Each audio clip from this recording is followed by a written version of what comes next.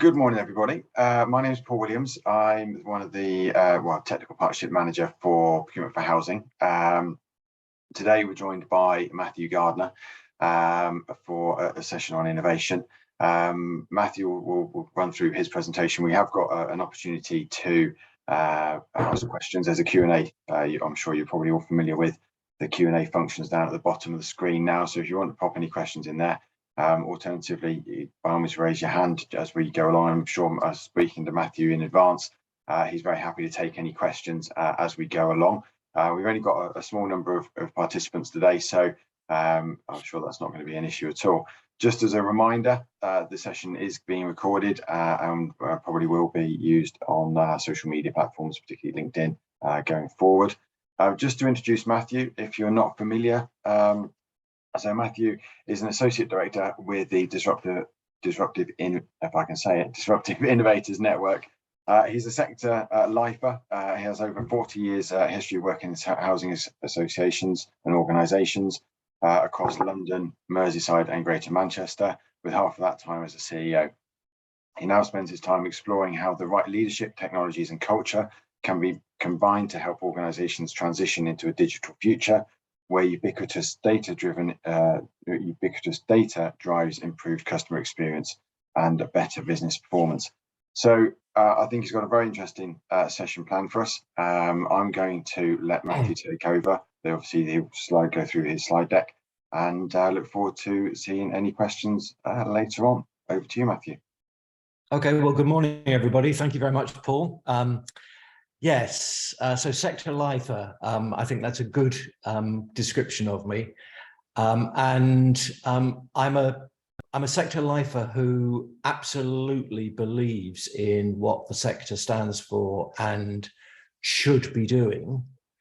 But I think that my absence from the direct day-to-day activity of social landlords in the last 3 or 4 years, I kind of stopped full-time work at the same time as the pandemic started, has made me realize that there are some very big challenges ahead for the sector, and that I think we need to shift our response if we are to carry on doing the amazing work and being recognized for the amazing work that that I know that you all know we do every day.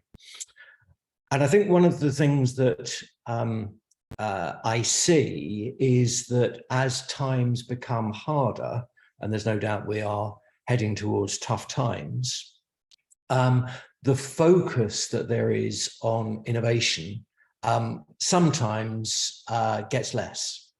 And the whole thrust of what I'm going to talk to you about today is that the reverse is true, that in uncertain times, the premium placed on innovation is even greater. If by the end of the session you haven't agreed with me on that, then please give me the arguments. I'd love to have the debate. But that's the thrust of what I'm going to try and persuade you about today. And I start, if I can move on slides, there we go. I start with how we see the world. So there's this phrase, the VUCA world, the volatile, uncertain, complex and ambiguous world that we are going into. Who would have predicted that we were going to have a pandemic in 2000? Who would have predicted the chaos caused in the financial markets by our own government when Kwasi Kwarteng and Liz Truss briefly held that moment of political power in the summer? Who would have thought exactly how complex systems could be when you start to get technology systems interfacing with technology systems, interfacing with other technology systems? And the fact that for lots and lots of things, lots of challenges that we face today, there seem to be a number of potential ways out, and none of them seems to be right, yet none of them seems to be wrong. So we have ambiguity, we have that complexity, we have uncertainty, and the whole thing feels quite volatile. And the implications of that trying to strike a 5-year plan or even a 3-year plan for an organization when the headwinds that it could be facing are as variable as that VUCA world could create sometimes seems to me a bit like the old style Soviet economy. You know, we will have a 7-year plan and we will grind our way through that 7-year plan, irrespective of what is going on around us. And sometimes I look at the way that the sector plans and think, yeah, we do have a tendency to plan for 3 years, 5 perhaps. And we do doggedly go through that. There isn't very much flexibility about the way that we might reprioritize our goals on perhaps even a quarterly basis. And so there's the first thing that I might say around uncertain times and innovation is we perhaps need to rethink the way that we plan. Shorter timescales, being prepared to take small risks, the so-called no regrets moves, things that will work in almost any scenario that develops, but also to think about, as we see a particular scenario developing in the external world, what our big bet is that we bring into play to take advantage of that emerging scenario. Some of the reasons I say that we're kind of facing some quite difficult times is we've got these waves of stuff coming down the line. COVID may or may not be gone. And it's interesting that obviously in those 6 waves that I put on the next slide, I've only included the things that we know about. There's probably one that we don't yet know about that will come up and will bite us on the bum, but we know that there is a major economy and cost of living crisis that this country is facing. A depression, a recession stroke depression for at least a year, high interest rates for at least a year. At the same time, we have rising customer expectations. I say to people that I was brought up in the 1960s, and my mother was fabulous at teaching me that good things come to those who wait. So, you know, I saved up for things. Christmas and birthday presents were a real big thing to look forward to.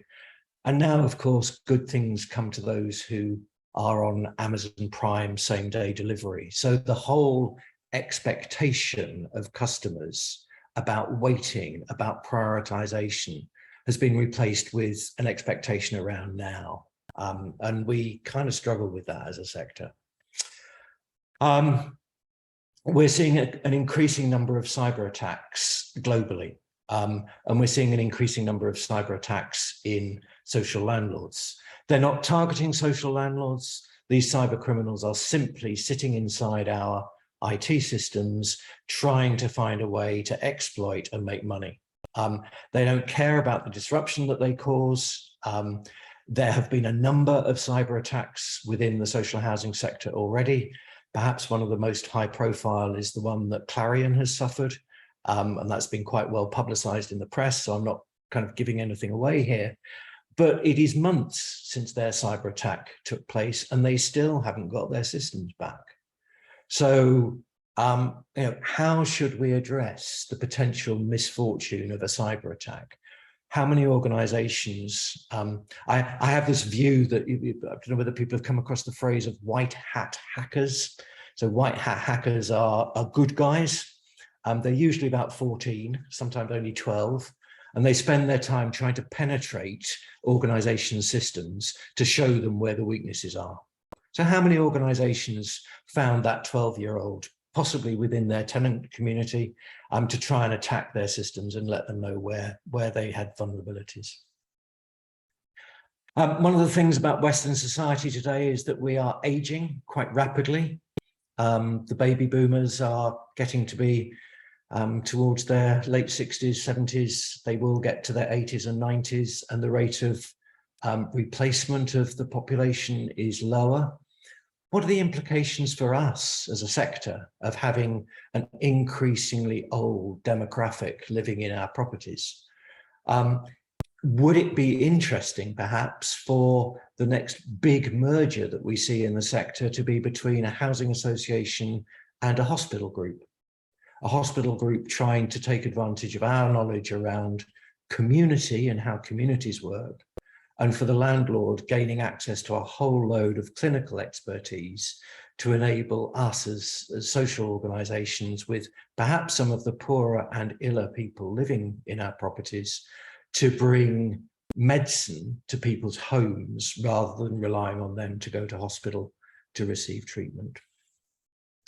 And then the last two, really quite well trailed. We have the potential of a climate catastrophe, and allied with that, a biodiversity collapse. Well, what as a sector are we doing about that? It seems to me at the moment, perhaps not as much as we could do when we think about the land that we own that is not devoted to homes, and the way in which we are or are not adjusting the performance of our buildings to address the emissions of CO2. So we are certain that there are a wave of further misfortunes coming down the line at us. And as that happens, it's really, really important that we listen to what are described as weak signals. And I want to give you two examples of where the sector could be in a very different position if it had listened to weak signals. So the first is that in 2009, there was the Lakanal house fire. Very, very, very similar circumstances to the tragic Grenfell Tower fire 8 years later in 2017. The weak signal in 2009 produced the fact that there is an emerging issue with cladding on properties. But Lakanal never acted as a catalyst. It was Grenfell that acted as the catalyst. And now we're going through the process of that Grenfell issue, the whole cladding issue being framed and legislated and litigated. Equally, in 2013, a little girl called Ella died living in a property on the South Circular Road in London. It took her family 7 years to convince the coroner that her death was caused by air pollution, both in the area where she lived and walked and so on, but also in her home. And so we had in 2020 a coroner's finding that said that particulates and air pollution were the cause of her asthma being aggregated and ultimately of her death. Roll forward to 2022, and we hear about the death of Awab Ishak in Rochdale, this time from mold inside his property. And just as Grenfell was the big event that was preceded by the smaller event of Lakanal, Awab's death has become the big event preceded by Ella's death 7 years earlier. And I give those two as examples of why it's really, really important for organizations to keep an eye on the stuff that is peripheral, the stuff that seems peripheral today that could well come and bite us in the future. Because once a big event has happened, things get taken out of our hands. We are now, in relation to damp and mold as a sector, we are dancing to the tune of the regulator and the Secretary of State. Whereas if we had picked up the fact that damp and mold was going to be a problem, just like perhaps we should have done, then we would have been able to set the terms in which we address those issues. So part of the role of dealing with a complex world is listening to the weak signals that there are out there.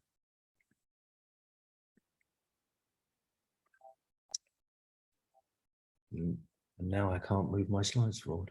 There we go. What am I seeing in the sector? I suppose at the moment, there are very few cases where I see people going, yeah, do you know what? This whole system is really in need of a refresh. What we're trying to do, perhaps often driven by the regulator, is to be more efficient, do things better, do things cheaper, do things a bit quicker.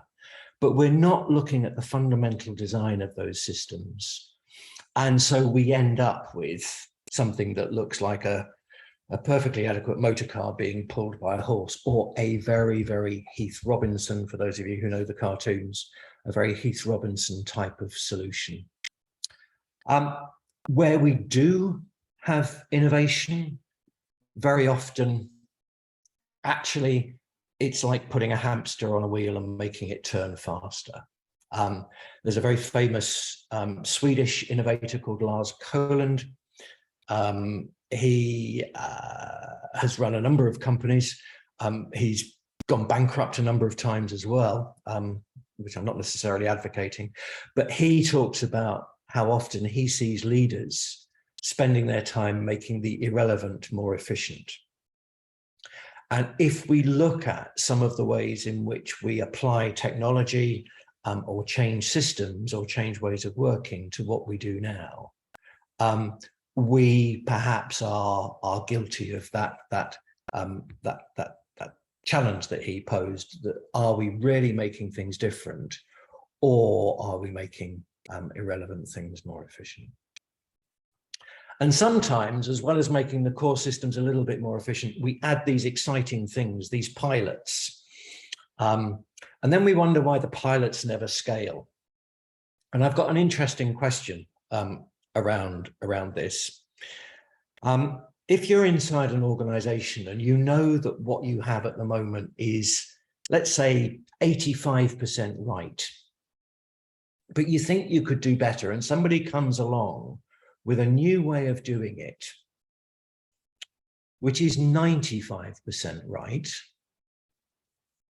what often happens to those pilots? They've tested it, they've shown that there's the improvement from 85 to 95% with some kind of pilot of technology deployment. And the powers that be in an organization says, yeah, but it's not 100% right, is it? So we can't do it, we'll stick with what we've got. So very often what we get are pilots that prove that something could be an improvement, but because it's not perfect, those pilots never make it to the mainstream.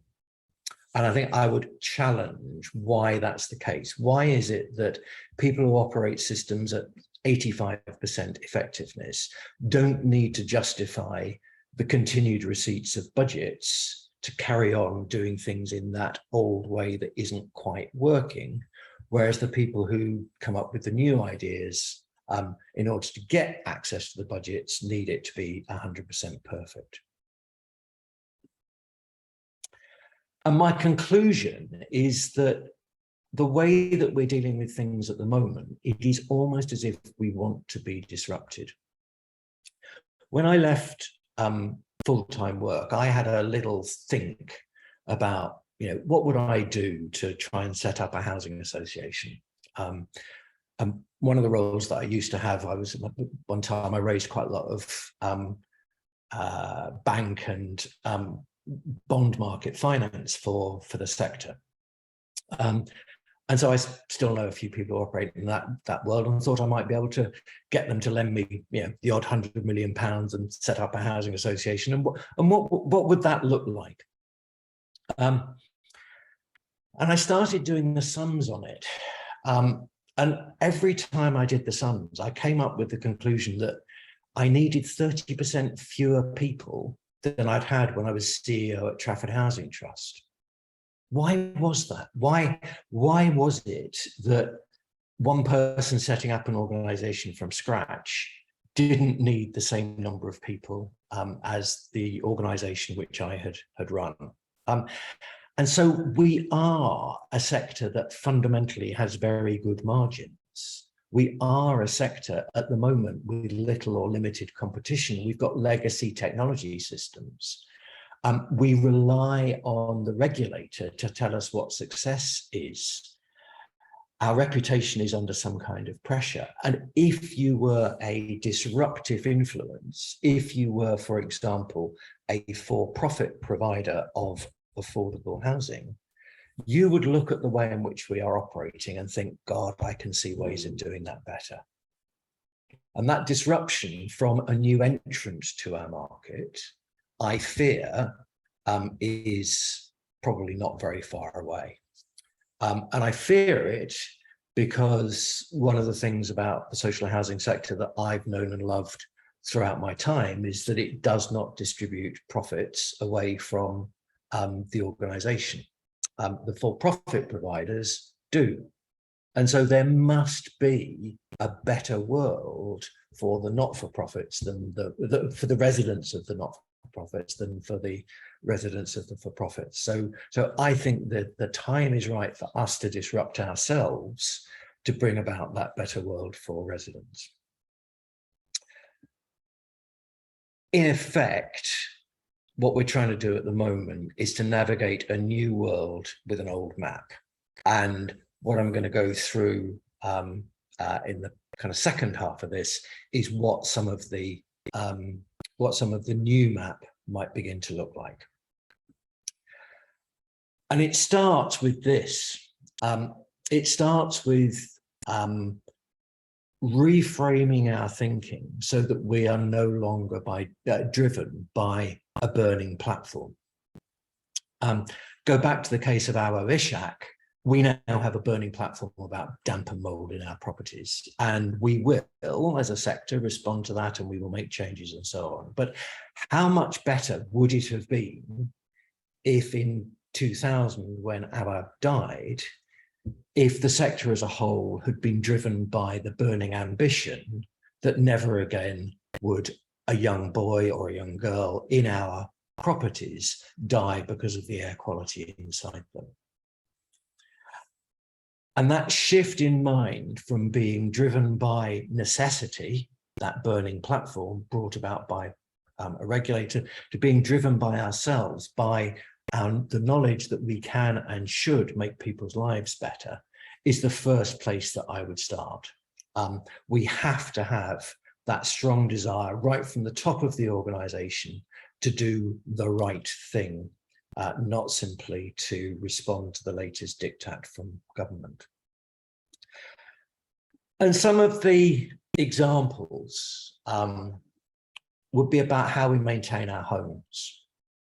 So what I see now is that there are a lot of organizations who are putting in Internet of Things, IoT pilots, small numbers of Internet of Things devices to give them data and information about what's going on inside the properties. You've probably all heard of Switchy and IOPT and people like that who are providing quite good quality product to the sector. But where does that lead to? How many organizations are actually on their roadmap thinking about a next 2 or 3 years down the line, when compliance in every sense, whether that's Legionella or fire compliance or access, asbestos, where all of that is automated. It's a really interesting example around Legionella. The current arrangements of checking for Legionella in our properties mean that we actually get satisfaction. We actually get evidence of compliance 12 times a year. Once a month, we will test Legionella. That amounts to less than 0.001% of the time we are actually confident that we are Legionella compliant. But if you put water sensors or put hot water sensors inside the water systems, you can have compliance assured 100% of the time, because as soon as the temperature drops below the level to kill the Legionella bacteria, then there is an alert and you know that you've got to go and do something. So moving from a system of compliance that is very analog to one that is very automated seems to me to be the next big step. And if you've automated the entirety of the system of compliance, then actually your operating model can change completely as well. And then once you've got that, let's move on to the kind of the dream world, if you like. Why can't we envision the self-repairing home? Why don't we have sufficient sensors built into every aspect of the properties that we own to self-diagnose what the problem in those properties is, either before it occurs or at least immediately after it? So little digression. Did you know that microphones in lifts will detect that a component of the lift is about to break probably a month before it breaks, in which case you can order the spare part a month ahead of time rather than have to wait for it to be shipped from Germany when the lift actually breaks. So the knowledge that there can be gained from having a properly sensored up house enables it to self-diagnose. It could then order the parts that are required from a 3D printing facility that is located close to the properties on the estate. And now 3D printing enables more than 500 components to be used. So it's not just bits of extruded plastic. You can print leather and chocolate and metals and all that kind of stuff. So everything you would need to print, you could create on site. You could have robots that would then install those 3D printed components within the properties. And you could have a back office system that automatically knew that that work had been completed and updated all of the records and automated the payments. So when you think about applying technology to our homes, the end result of a self-repairing home, of a digital twin, of that model of our properties that we can play around with and model what ifs, just as Lewis Hamilton's pit crew model what ifs around his car. All of that is possible. And in the next 5 years, I hope we'll start to see that kind of thing emerging as a priority for the sector. How we build. That's about 1900, how we used to build. And that's about now, very often, how we build. Hello, 120 years. Did something happen in that time? Okay, I realize these are tried and tested methods, but there are better ways of building.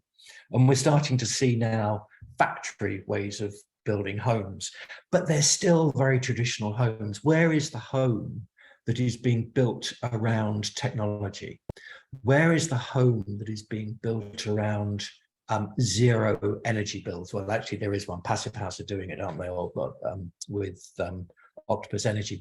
But the sector as a whole needs to realize that the opportunities to build very, very different kinds of properties, much better thermal performance, much better living conditions, much lower living costs for residents. Paul was telling me earlier that there's something, a figure from the West Midlands that, I'll get this number wrong, Paul, you can correct me, but 58% of the population of Birmingham is likely to be in fuel poverty in the next 12 months. We owe these people a very different kind of home to live in. Was that the right number? Yeah, it was actually for Birmingham, Coventry and Wolverhampton in combination. Wow. And that's a lot of that will be people who are living in the sector's home. So what are we building and why isn't it changing rapidly? And then I want to talk a little bit about culture. I'm a great fan of Timpson's, and this is their way of working. Colleagues in this shop have total authority to do whatever they can to give you amazing service. How many of us can say that about the relationship that our staff have with residents? And I think a lot of this is based around trust or lack of trust. So while I was a CEO at Trafford, as I was leaving, I spent some time watching the things that people in our organization were doing. And I was down in reception one day watching receptionists deal with people coming in. And a very, very pregnant woman came in with her partner and another young child, wanting to register to move from the 1-bedroom property that they were in to a 2-bedroom property because of this extra child. And the receptionist quite rightly said, according to our procedures, okay, that's fine, but you'll need to bring your pregnancy certificate, and we'll need to register that before we can register you for the larger property. So what our processes were doing was forcing this family to come and see us again, because we didn't trust that this obviously very heavily pregnant woman was telling us the truth. And if you look at the way in which your organization's processes and procedures are built around a lack of trust, the lack of trust we have in our contractors, the lack of trust that we have in our own staff sometimes, the lack of trust that we have in our residents, the lack of trust we have in the regulator, you will see huge amounts of wasted energy checking and checking and checking, rather than the Timpson's mantra, which is, you've got a customer in front of you, you've got a member of staff in front of them, let those people work out what the best thing is. We will give you an amazing service. So how can we move to a much more trusting environment? And I am certain that if we did that, we would take a whole load of friction and a whole load of cost out of the way in which we operate our businesses. And then the last couple of things that we might want to think about doing differently. What are our priorities? Are we really too busy for improvement? Are we too busy to think about big leaps? And I'm sure that you've got examples from your own organization where this brilliant idea just never gained traction. So my question there is, who is setting those priorities? Where in your boards and your executive teams is the pressure for innovation to become a priority within your organization? And where is the ethical question? So this is a very famous ethical dilemma. There's a runaway trolley bus, which is going down a track on which 5 people are unfortunately bound to the track. You are on a bridge. You have the opportunity to push somebody off that bridge, and they are of a sufficient mass that if they fall onto the track, they will stop the runaway carriage, and 1 person will get killed, not the 5 that will be left if you do nothing. I'm not suggesting that the ethical dilemmas that the sector faces are anywhere near as kind of life and death as this, but where do our ethics sit? Particularly as we become more dependent on the use of data. How do we know that the provenance of the data, how do we know that the provenance of the systems, of the algorithms that we are using are ethical in the way in which they are operating? And it's not just that we need to know that they're ethical, it's that the people who are affected by our decisions need to know that they are ethical. And there's an emerging movement, isn't there, where particularly around data breaches, where people are making claims against organizations because the ethics of handling data have been breached, and they believe that there's money to be had there. There are different ways of addressing the ethical question rather than reacting after the event and data having been breached, which involve building a partnership with residents about what data is collected, what uses is it put to, what questions are asked of the data, so that when the analysis takes place, the answers come through, the algorithms have churned, we've got our answers. There is a greater chance that those decisions which are automatically generated will be ones that residents will agree with. So data ethics, I predict, is going to be one of the next thorny issues that the sector will butt up against. All of this leads me to the fact that the successful organizations in the future will be those who know how to harness the power of digital, almost to the extent that they have what I'd describe as digital in their DNA. And I use that as an analogy because as humans, we are absolutely reliant on our DNA to function. And yet, I bet all of us in our day-to-day lives don't give a thought about how our DNA is helping us do that. Imagine a world, perhaps in 10 years' time, where digital was so deeply embedded within the culture and the ways of doing things of an organization that it was analogous to the DNA inside a human. That we didn't think that digital was something that somebody else did. We didn't think that digital was an add-on to our job.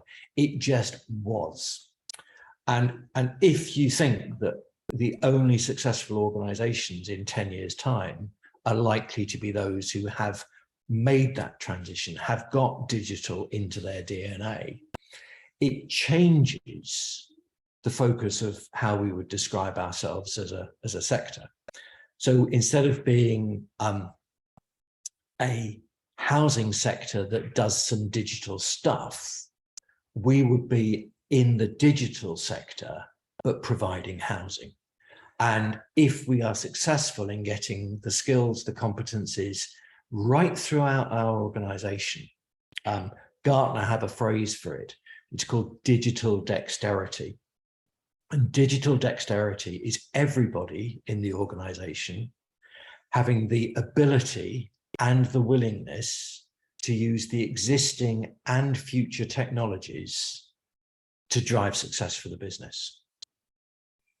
And moving to that extent of recruitment for the digital skills that people have, for the attitudes that people have, whether it's a caretaker or the chair of the board, getting digital into our DNA seems to me to be a really key component of success for the long term.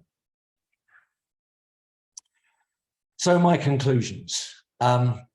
My conclusions are that the current system is really struggling. We need to shift that system. And to do that, we need to be bolder. We need to make a bigger leap. We need to be driven by ambition rather than by a burning platform. It's not a journey that we can go on our own. We need good, reliable partners. Connectivity into universities to help us with material sciences, to help us build differently. Connections into partner organizations within communities, whether that's medical partners, hospitals, and so on, or local authorities in terms of community health. We need to think not just about the now, but about the next and the beyond. And we need to align the things that we are doing today towards that beyond that we wish to achieve in 5 or 10 years' time. But in doing that, we need to be conscious that we are living in a VUCA world and very, very able to flex and reprioritize the way in which we are pursuing our future. We need those digitally dexterous teams because the future is data, not paper. And it's using data in its pure sense rather than using it in the way that sometimes you think of data as being in a filing cabinet, just as paper is in a filing cabinet. We've got to start using data actively within our everyday world. And if we do that, if we are ambitious enough, then we have, I believe, the opportunity, and I think also what we face now, the necessity of being able to transform at scale. And if in 10 years' time we've done that, if we've driven out the for-profits, if we have a Secretary of State who is now thinking that the social housing sector is the best thing since sliced bread, then I think that will be a jolly good success for the sector.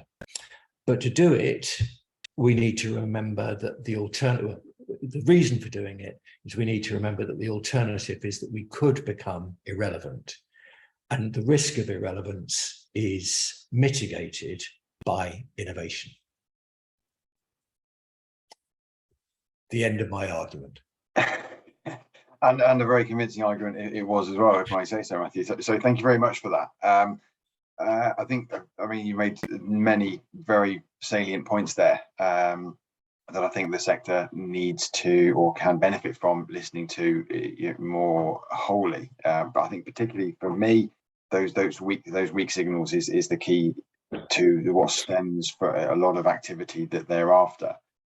If we listen and are able to understand those weak signals, the action can then be taken to mitigate some of those things that can happen in the future. I think it's interesting the timeline between those two events that you cited as well, being sort of 7 or 8 years. So it's quite a long period of time. I'm not suggesting that that's always going to be the case, but there is a window of opportunity which is not insignificant in those particular scenarios. There's no questions popped up on the Q&As yet. So if you do have any questions, by all means, drop them in there as soon as you can. Just if I may, Matthew, while obviously those people listening have opportunity to do that. In terms of everything's frozen. Oh, you're still there. I've still got you, Matthew. Paul, I'm having real difficulty in hearing you. Okay, sorry, is it breaking up a bit? Yeah, you've come back again now. Are you still there? Got you. Yeah, I've got you again. Okay. I was just saying, if I may, just a couple of points about the sector's position and the way we actually can take this forward. In particular, in relation to those organisations, obviously we have a huge diversity of organisational size in the sector, from the very smalls, to the huge, the Clarions and L&Qs of the world. In terms of organisational sizes, who are best to lead the innovation across the sector? Is there a particular? Is it the smalls? Is it the mediums? Is it the largest? Who do you think is best placed to manoeuvre this and take a bit of stance? So I think innovation is deeply contextual to the time, the place, and the people within an organisation. So these are not hard and fast rules. You can have a very, very uninnovative small organisation, and you can potentially have a very, very innovative large organisation. But generally, large organisations seem in the sector to me to be heavily invested in what they have now, and the complexities around that are massive, and they make innovation very difficult. So they may have the capacity to innovate, but actually when it comes down to it, they probably don't have the culture. For me, the sweet spot, it's like Goldilocks. Some organizations are too big, some organizations are too small, and some organizations are just right. And I think the innovations that I'm seeing in the sector are coming from those organizations with turnovers that are in excess of 100 million a year, but they're not up at the billion. So 100 to 250 million a year turnover. 15,000 to 30,000 homes, something like that, tend to be, in my experience, the more innovative organizations. But I'll stress again, it's about what the appetite of the leadership is, and the direction that the leadership is looking. Are they looking to financial and governance compliance, or are they looking to having a great property portfolio and really satisfied customers?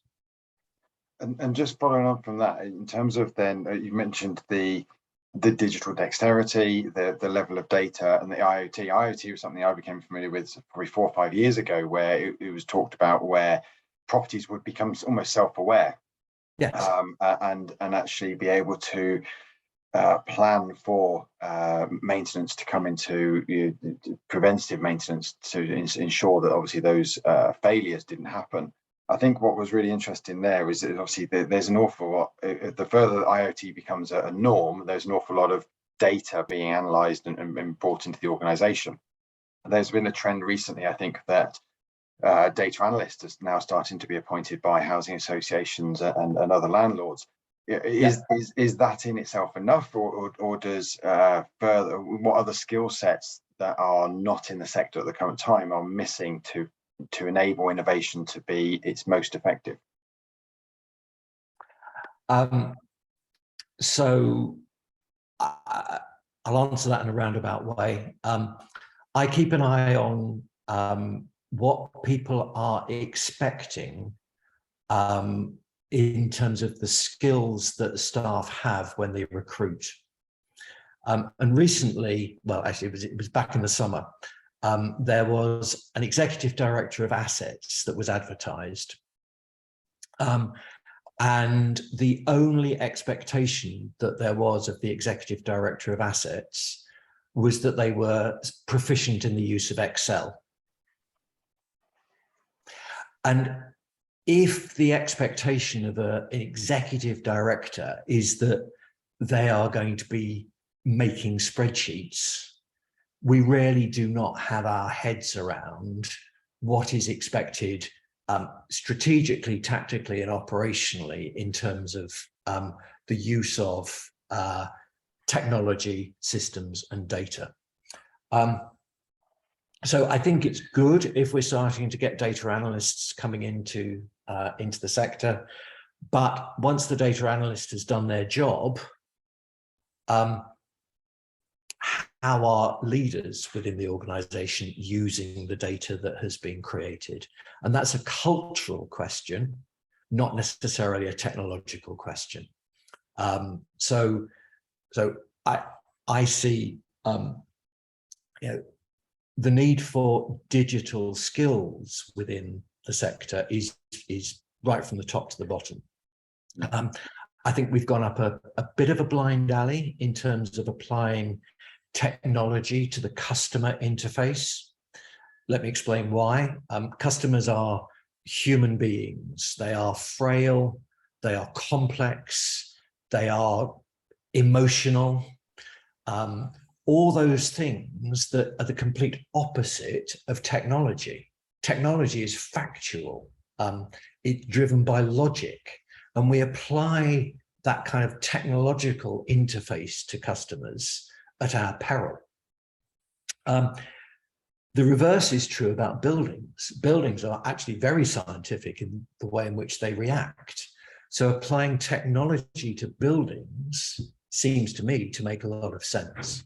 And that's why I've been kind of saying that the application of sensors, of Internet of Things devices to our properties, to make our properties talk so that we can hear them and understand them without the need for human involvement, seems to me to be a crucial next step about the application of that digitization throughout the sector. I think that's a really interesting way of thinking about it in terms of making the buildings talk to us, and actually providing that information so that we can make decisions. Okay, so there's been one question which is only in relation to the circulation of this webinar. So for all the attendees, yes, we will be circulating a link for this webinar to be circulated within your organisation and shared as you wish. But if there is no other questions, is there anything else, Matthew, that you would care to add to the discussion? No, I hope it's been useful. If as people kind of think about it, if they want to get back to me at all, then happy to carry the dialogue on. And I look forward to doing whatever I can to get that innovation kind of up the list of priorities. That's perfect. So, and thank you very much, Matthew, for your time today. I think it's been really interesting to hear you talk in more detail about this issue. I think we've certainly valued that. I'm sure that more people will benefit from the circulation of the webinar in due course. And yeah, thank you again for your time. Brilliant. Okay. Thanks, Paul. Goodbye, everybody. Thank you very much. Thank you very much. Bye then.